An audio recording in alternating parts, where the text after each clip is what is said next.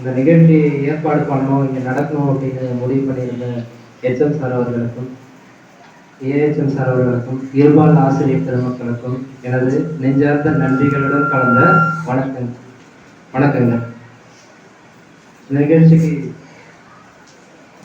சமூக ஆர்வலர் முருகண்ணன் அவர்களுக்கும், கானா பாடகர் உதயா அவர்களுக்கும், காவல்துறையை சேர்ந்த சங்கர் அவர்களுக்கும் வணக்கம், நன்றி. கண்டுமே இப்போ நீங்கள் எல்லாரும் உட்காந்துட்டு இருக்கீங்க, இதை கவனிக்கணும் அப்படிங்கிற எண்ணத்தோடு இருக்கீங்க. அதை நீங்கள் முழுமையாக பண்ணணும் அப்படிங்கிறத நான் கேட்டேன். என்னோட பேர் வந்து சுந்தரராஜன். ஃபஸ்ட்டு விஜயகாந்த் சார் வராரு, அவர் வந்து சில விஷயங்களை உங்களுக்கு ஷேர் பண்ணிக்கிறாரு. எல்லாருக்கும் வணக்கம். கேட்குதா? எத்தனை பேருக்கு நம்ம உடம்ப பத்தி தெரியும்? நம்ம தாய் தந்தை கிட்ட இருந்து நம்ம கிட்ட கிடைச்ச மிகப்பெரிய வரம் என்னது? நம்மளோட உடம்பும் உள்ளமும். புரியுதுங்களா? அந்த உடம்பு பத்தி சில விஷயங்களை தெரிஞ்சுக்கணும். நீங்க நம்ம உடம்புல இருக்கிற எலும்போட பலம் உங்களுக்கு தெரியுமா? 424 கிராம் சிமெண்ட் காங்கிரீட்டையும் 424 கிராம் எலும்பையும் எடுத்து வச்சு டெஸ்ட் பண்ணி பார்த்தது இல்ல. சிமெண்ட் கான்கிரீட்டை விட 4 மடங்கு பலம் வாய்ந்தது எது? என்னது? அடுத்தது வந்து ஒரு நாளைக்கு 70,000 எண்ணங்கள் நம்மளுக்கு வந்து போகுது. அந்த 70,000 எண்ணங்கள்ல 70% எண்ணங்கள் எதிர்மறையான எண்ணங்கள், மீதி இருக்கிற 30% மட்டும்தான் நேர்மறையான எண்ணங்கள். இந்த 70% இருக்கு இல்லைங்களா, அது ரொம்ப ரொம்ப ஆபத்தானது. இந்த 70% என்ன பண்ணும் அப்படின்னா, நம்ம எப்பெல்லாம் தப்பு பண்ணலாம், நமக்கு என்னன்னா நமக்கு ஒரு எதிரி வெளியில இருந்து தேவைப்படுறது இல்ல, உள்ளுக்குள்ள இருக்க தேவைப்படுறோம். அந்த 70% நெகட்டிவ் எண்ணங்களை நாம 30% நேர்மறையை கொண்டுதான் சரி பண்ணணும். அடுத்து நாம உடம்புல இருக்கிற கார்பன் சக்தியை வச்சு 900 பென்சில் செய்யலாம். தெரியுமா? 900 பென்சில் செய்யலாம். இது போல ஒரு விஷயத்தையும் உங்களோட டீச்சர்ஸ் கிளாஸ்ல சொல்லும் போது கவனிச்சு எல்லாருமே நிறைய விஷயங்களை தெரிஞ்சுக்கிட்டும் வாழ்க்கையில முன்னேறணும். நன்றி.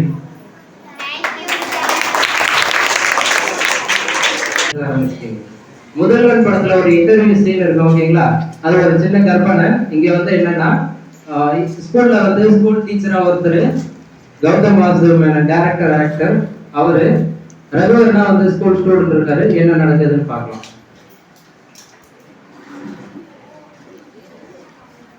எல்லாருக்கும் வணக்கம். ஆக்சுவலா நான் சொல்றது எல்லாருக்கும் கேட்குதுன்னு நினைக்கிறேன். கேட்குதா? எல்லாரும் சைலண்டா இருக்கிறத பார்த்தா நான் கேட்கிறேன் அப்படின்னு டவுட் வருது. ஓகே,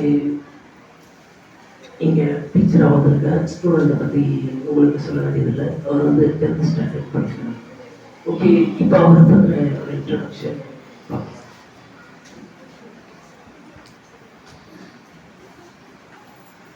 எல்லாருக்கும் வணக்கம். நாம் அடுத்து என்ன பார்ப்போம் அப்படி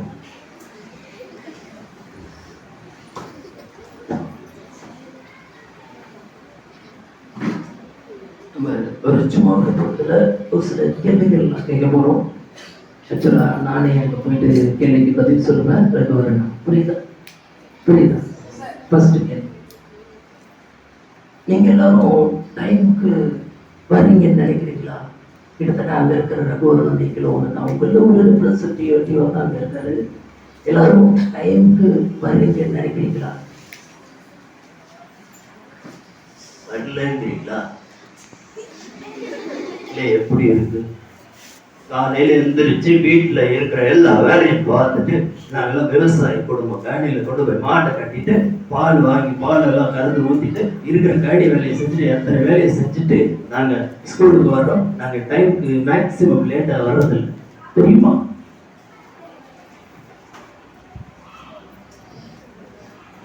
நீங்க சொல்ற மாதிரி அந்த மாதிரி வேலை பார்க்குற எல்லா ஸ்டூடெண்ட்ஸும் மேக்ஸிமம் கரெக்டாக வந்துடுறாங்க. வேறு எந்த இஷ்யூவும் இல்லை, அது ஆல்வேஸ் வெல்கம். பட் ஒரு சிலர் லேட்டாக தான் வராங்க. அதை பற்றி ஏதோ ஒரு சிலர் லேட்டாக வரதான் செய்வாங்க. அது நாங்கள் மாற்றிக்கிறது எங்களோட கடமை. அதை நாங்கள் மாற்றிக்கிறோம். ஓகே, அடுத்து நான் சொல்றதெல்லாம் கொஞ்சம் ஞாபகம் பார்க்கணும். உங்களுக்கு தான் ஸ்கூல் டைம் போகும்போது அப்பா அம்மா கிட்ட பேரண்ட்ஸ் கிட்ட நீங்கள் சொல்கிறதெல்லாம், அப்பா அம்மா நான் நல்லா படிப்பேன், நான் நல்லா படிப்பேன், ஸ்கூல் ஃபர்ஸ்ட் எடுப்பேன், டீச்சர் சொல்றதை கேட்பேன், டைமுக்கு போவேன், டைம் வருவேன், எல்லாமே ஞாபகம் இருக்கு. அது பண்ணுறதுன்னு நினைக்கிறீங்களா? ஆக்சுவலாக டே பை டே கரெக்டாக இருக்குன்னு நினைக்கிறீங்களா? என்ன சார் சொல்றீங்க? நாங்க டைமுக்கு வரோம், டைமுக்கு போறோம், எங்களால முடிஞ்சதை நாங்க பண்ணிட்டு தான் இருக்கோம். இன்னும் பெஸ்டா பண்றதுக்கு ட்ரை பண்றோம். நீங்க நினைக்கிற மாதிரி எல்லா ஸ்டூடெண்ட்ஸும் ஒற்றுமையா இருக்காங்க அப்படின்னு நினைக்கிறீங்களா? யூனியனிஸ்ட் சொல்லுவாங்க, யூனியனிஸ்ட் எல்லாரும் ஒற்றுமையா இருக்கீங்களா அப்படின்னு எங்களுக்கு கொஞ்சம் டவுட்டா இருக்கு. இந்த கேள்வியே ரொம்ப ஒரு சந்தேகத்தை எழுதுது. அந்த சந்தேகத்தை நான் நிவர்த்தி பண்றேன். நாங்க ஒற்றுமையா இல்லையா அப்படிங்கிறது. கற்க கசடர கற்பவை கற்ற பின் இதை விட உங்களுக்கு ஒற்றுமை வேணும். இதை சொல்லியிருக்கணும். ஆக்சுவலாக போதை பொருள் அந்த வார்த்தை பற்றி நீங்க என்ன நினைக்கிறீங்க?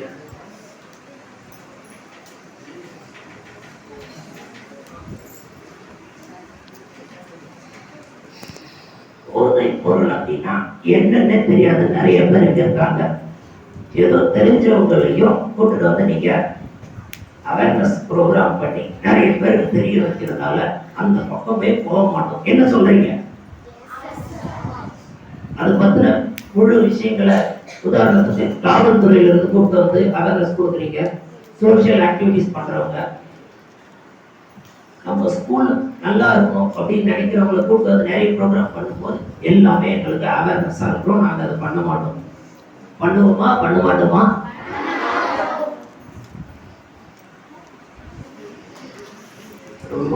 ஃபைனல் கொஸ்டின் நினைக்கிறேன். 10th எல்லா சப்ஜெக்ட்லேயும் ஐஎஸ்டஸ் பண்ண எழுதிக்கலாம்.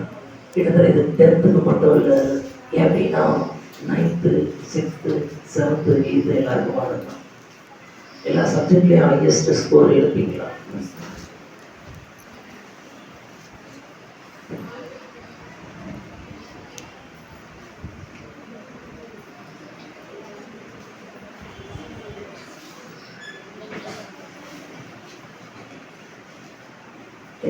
பதில் சொல்லாம தண்ணி குடிச்சிட்டு சைலண்டா இருந்தாங்க. என்ன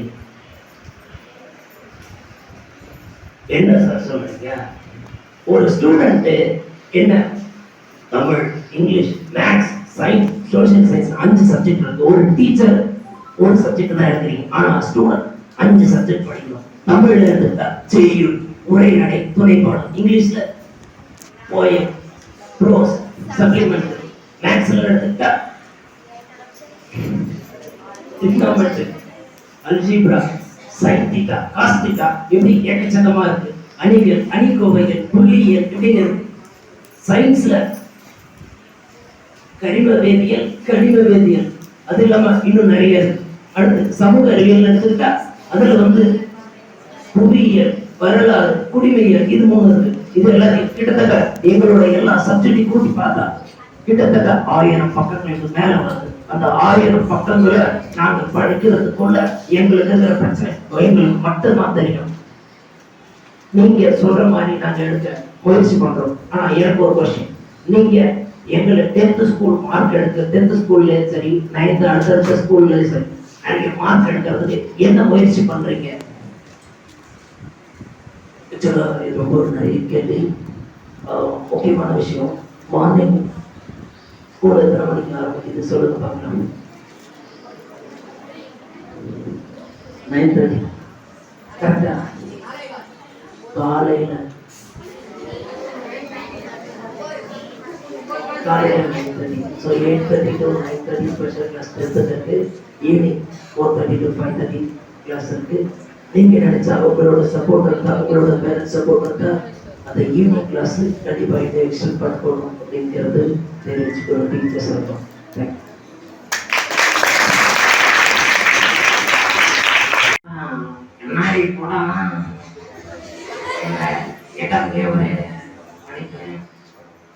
இப்போ நீங்க ஸ்டூடெண்ட்ஸ் எல்லாம் எந்திரிச்சு நிக்கணும்.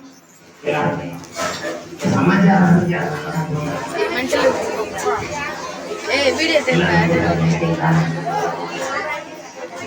சத்தம் போட சொல்லல, மணிக்கு சத்தம் போட சொல்லல, அவருக்கும் கொஞ்சம் தெரியுமில்ல. கவனிங்க, நான் சொல்றத கேட்டுங்க. எல்லாருமே ஒரு நிமிஷம் கண்ணை மூடிக்கிட்டேன். உங்களோட கனவுகளை என்ன, உங்களோட கனவுகளை என்ன அப்படிங்கிறத கற்பனை பண்ணணும். ஒரு சிலர் வந்து நான் 10th ஸ்டேட் ஃபர்ஸ்ட் எடுக்கணும், டிஸ்ட்ரிக்ட் ஃபர்ஸ்ட் எடுக்கணும், நான் கார் வாங்கணும், மங்களாம் அப்படின்னு எல்லாம் கற்பனை பண்ணி வச்சிருக்கீங்க.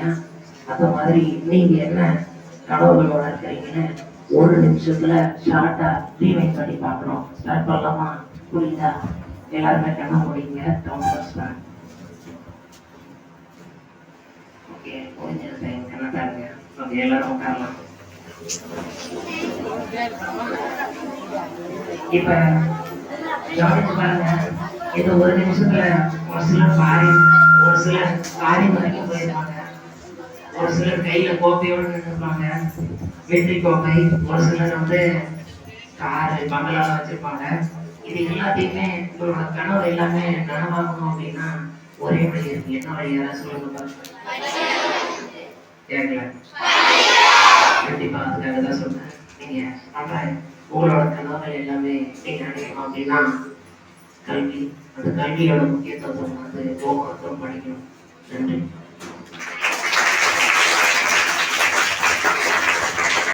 நடிச்சிருப்பாரு கோட்டா சீனிவாசன். அவர் படத்துல அவரோட பேர் வந்து சனியன் சன்னடி. அவர் வந்து அந்த தமிழ் மொழியோட சிறப்பையும் நம்ம என்ன பண்ணிட்டு இருக்கோம் அப்படிங்கிறதையும் சொன்னாங்க. சின்ன கற்பனை.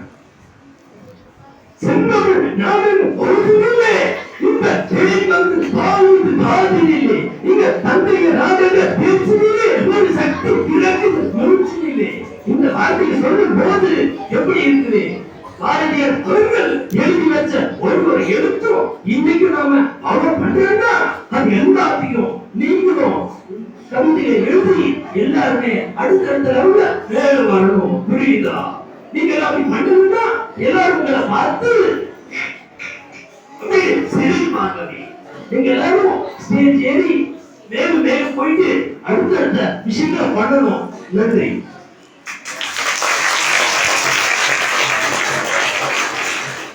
மாணவ மாணவிகளே, வருங்கால ஆளுமையாளர்களே, மாணவ மாணவிகளே, வருங்கால ஆளுமையாளர்களே, நடத்துற பாடத்தை நடத்தும் போதே கவனிச்சு புரிஞ்சுக்கிட்டா நீங்க எடுக்க போற மார்க் எல்லாமே 100க்கு 100 தான். நடத்துற பாடத்தை நடத்தும் போதே கவனிச்சு புரிஞ்சுக்கிட்டா நீங்க எடுக்க போற மார்க் எல்லாமே இருக்கிற நேரம் எல்லாம் கதை பேசிக்கிட்டு நீங்க இருந்தா 100க்கு 35 எட்டாத கணிதான். 100க்கு 35 எந்த துறையில நீங்க சாதிக்க நினைச்சாலும் அடிப்படை கல்வியை அப்படியே படிச்சீங்கன்னா உங்க துறையில நீங்க தான் சாதனையாளர்.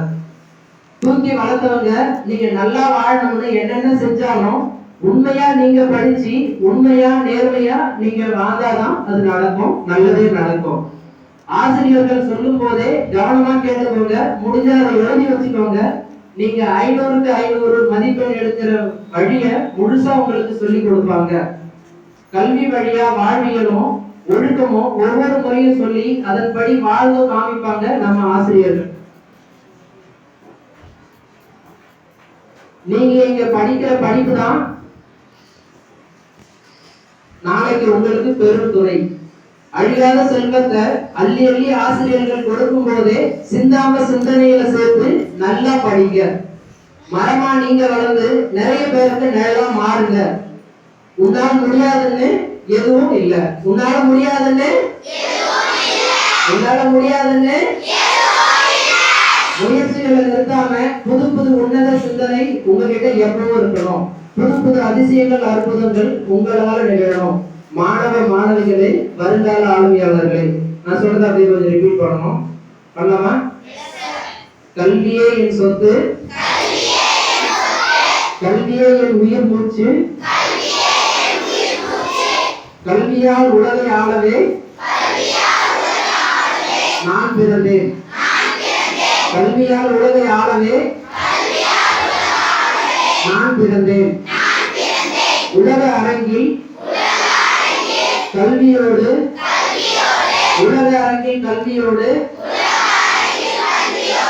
நிச்சயம் ஒரு நாள் இருப்பேன்.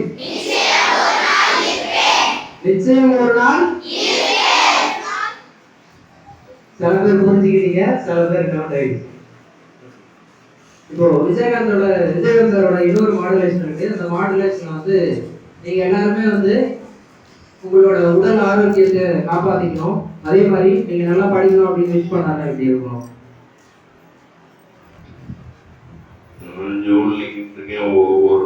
ஒவ்வொரு மாணவரும் அதாவது நீங்க என்ன பண்ணணும் அப்படின்னா ஒவ்வொரு நாளும் காலையில எழுந்திரிச்சதுலேருந்து முடியும் நாள் வரை ஒவ்வொருத்தரும் உங்களோட டியூட்டிஸை கரெக்டாக செய்யணும். டியூட்டிஸில் என்ன செய்யும்? காலையில் எழுந்திரிச்சு பேரண்ட்ஸ் சப்போர்ட் பண்ணிட்டு ஸ்கூலுக்கு வந்து ஸ்கூல் முடிச்சுட்டு போகிற வரைக்கும் டீச்சர்ஸ் ஒருத்த கேட்டு வீட்டுக்கு போயிட்டு அதை ஃபாலோ பண்ணணும். அதுதான்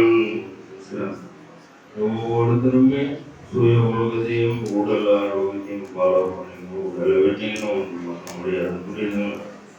உடல் ஆரோக்கியம் ரொம்ப ரொம்ப முக்கியமாக எல்லாருமே உடல் ஆரோக்கியம் நல்லா பார்த்துக்கணும். நன்றி.